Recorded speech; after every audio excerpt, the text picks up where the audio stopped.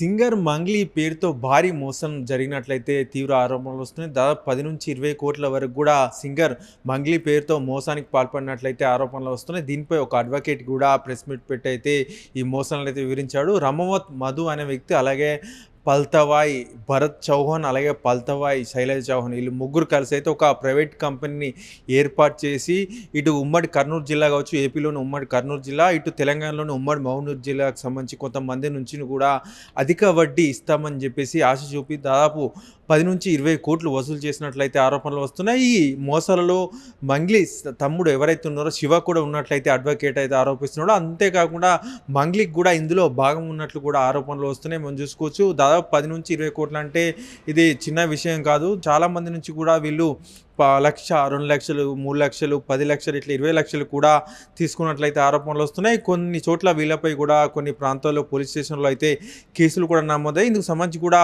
ఒక లాయర్ కూడా press meet చెప్పడం జరిగింది. వారికి సంబంధించి కూడా వీడియోస్ కానీ ఫొటోస్ కానీ బయటకు విడుదల చేయడం జరిగింది. అయితే ఈ మోసాలతో మంగ్లీకి సంబంధం ఉందా లేదని చెప్పేసి కూడా పోలీసుల విచారణలో తేలనుంది. మనం చూసుకున్నట్లయితే మంగ్లీ తమ్ముడు శివ కూడా ఇందులో ప్రధాన నిందితుడిగా ఉన్నట్లయితే అడ్వకేట్ అయితే ఆరోపిస్తున్నారు. ప్రస్తుతానికి అయితే ఈ కేసు సంబంధించి కూడా విచారణ కొనసాగుతుంది. అయితే నిజంగానే మంగ్లీకి ఈ మోసాలతో సంబంధం ఉందా లేదని చెప్పేసి కూడా త్వరలో జరిగే విచారణలో అయితే తేలే అవకాశం అవుతుంది. ప్రస్తుతానికైతే విచారణ కొనసాగుతున్నట్లయితే మనకు తెలుస్తుంది. మనం చూసుకోవచ్చు, కొద్ది రోజుల క్రితం కూడా మంగ్లీ బర్త్డే పార్టీ కూడా వివాదాస్పదంగా మారింది.